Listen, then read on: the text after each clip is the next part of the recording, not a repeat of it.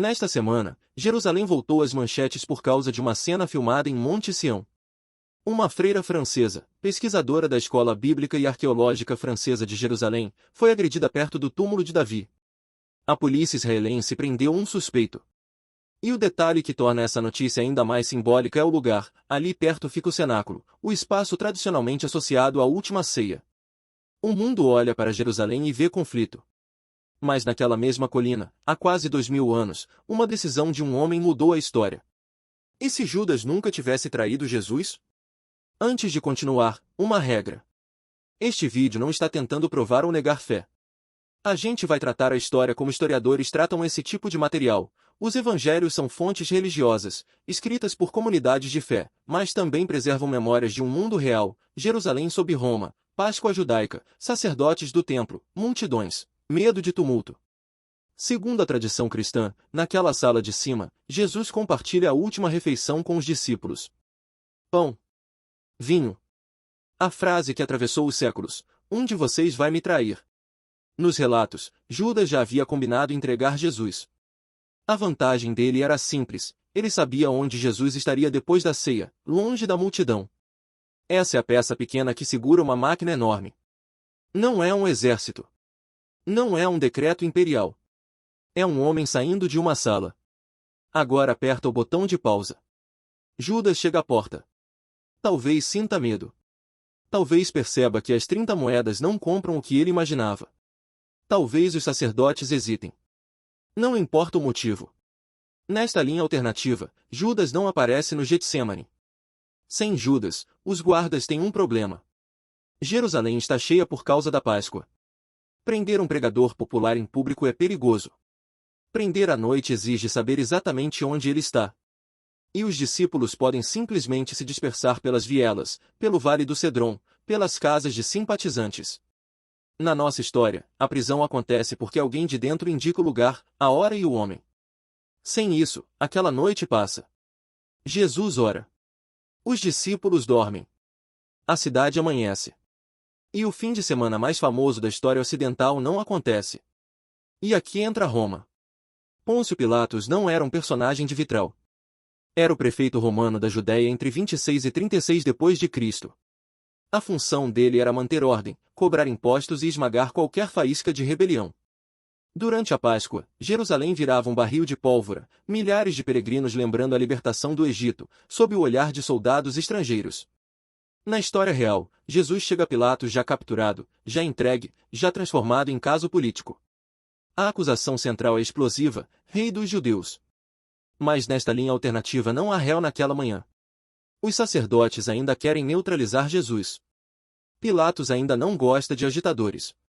Só que prender durante o dia, no meio da festa, pode acender exatamente o tumulto que Roma quer evitar. Então a decisão mais provável é esperar. Esperar a multidão ir embora. Esperar a festa acabar.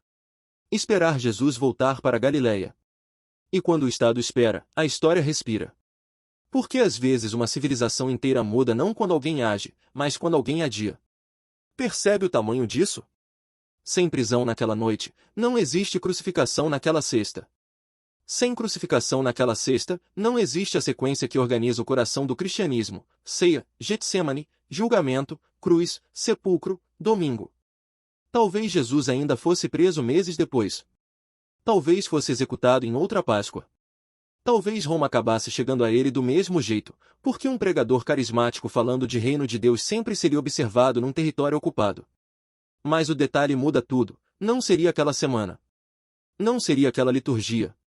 Não seria aquela memória colada ao calendário da Páscoa judaica. O cristianismo real nasceu contando tempo a partir de um fim de semana específico. Nesta linha alternativa, esse fim de semana vira outra coisa, uma ceia lembrada como despedida que não foi despedida. Uma oração no jardim sem prisão. Uma ameaça que não se cumpriu. E sem a Sexta-feira Santa, o domingo de Páscoa como conhecemos também desaparece. O efeito imediato não é um mundo sem Jesus. É um mundo em que Jesus continua vivo depois daquela Páscoa. E isso muda o tipo de movimento que cresce ao redor dele.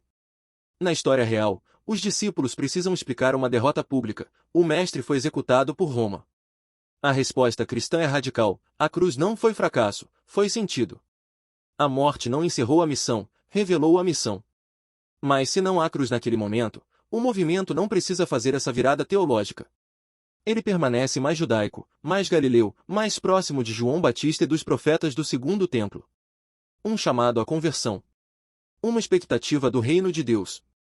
Uma crítica ao templo. Uma esperança de renovação de Israel. Tiago, Pedro e João não se tornam líderes de uma fé separada.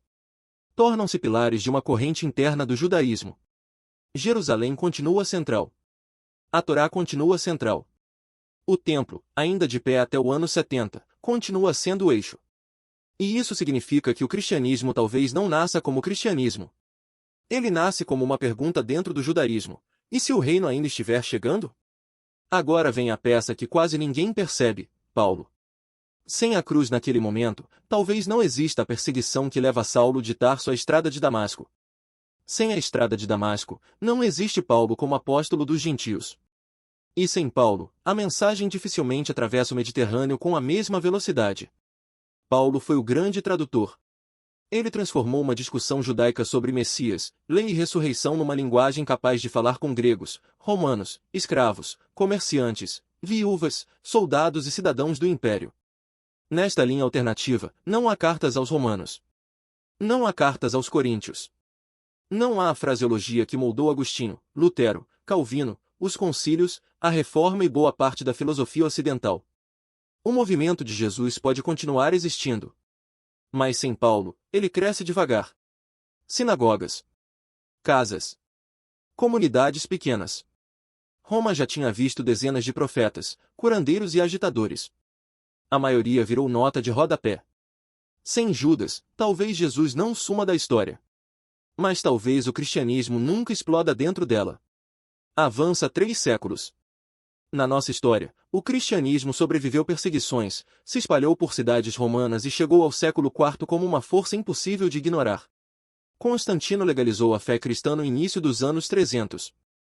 Depois, imperadores cristãos transformaram uma religião perseguida em estrutura do império. Agora tira Paulo. Tira a explosão gentílica. Tira a cruz como símbolo universal. Tira a Páscoa como centro anual de memória. O que sobra para Constantino usar? Talvez nada. O Império Romano continua procurando uma cola espiritual. Pode abraçar uma forma reformada do culto solar. Pode fortalecer tradições filosóficas neoplatônicas. Pode tolerar uma constelação de religiões orientais, mistérios, cultos locais e judaísmo. Sem cristianização do Império, a Europa medieval nasce irreconhecível. Sem mosteiros copiando manuscritos, a transmissão do conhecimento muda. Sem bispos como administradores urbanos, a queda do Ocidente deixa outro tipo de vazio. Sem papado medieval, não há cruzadas como conhecemos. Sem cristandade latina, não há reforma protestante. Sem reforma, não há Europa moderna do mesmo jeito. Tudo isso por causa de uma ausência no jardim. E aí a pergunta chega no Brasil de hoje. Sem aquela traição naquela noite, talvez você não tivesse Sexta-feira Santa no calendário. Talvez não tivesse Páscoa como feriado nacional. Talvez não existisse Corpus Christi. Talvez cidades inteiras não tivessem crescido ao redor de paróquias, irmandades, procissões e festas de santo. O português que você fala teria menos palavras vindas da liturgia. A arte brasileira teria outro rosto. Minas Gerais sem barroco sacro. Bahia sem sincretismos cristãos do mesmo jeito. O Rio sem Cristo Redentor como símbolo nacional. Talvez o Brasil ainda fosse religioso. Quase certamente seria. Mas não seria este Brasil. Porque o país que parece distante de Jerusalém carrega Jerusalém em seus feriados, nomes, igrejas, cemitérios, calendários e metáforas. E tudo começa com uma noite em que um discípulo sabia o caminho. A notícia desta semana em Jerusalém lembrou ao mundo que Monte Sião continua sendo um lugar onde passado e presente se encostam de forma perigosa. Mas o que aconteceu ali, na memória cristã, é ainda maior do que qualquer manchete. Judas não criou Roma. Não criou o templo. Não criou Pilatos. Não criou a tensão política da Páscoa. Essas forças já estavam lá. Mas ele fez uma coisa que a história adora: encurtou o caminho. Mostrou a hora. Mostrou o lugar. Mostrou o homem. Sem ele, talvez a prisão viesse depois. Talvez a cruz viesse depois. Talvez nada impedisse o conflito final. Mas talvez o cristianismo não nascesse de um fim de semana. Talvez Paulo nunca escrevesse suas cartas. Talvez Roma nunca adotasse a cruz. Talvez o Brasil nunca parasse numa sexta-feira santa. E se uma traição não tivesse acontecido?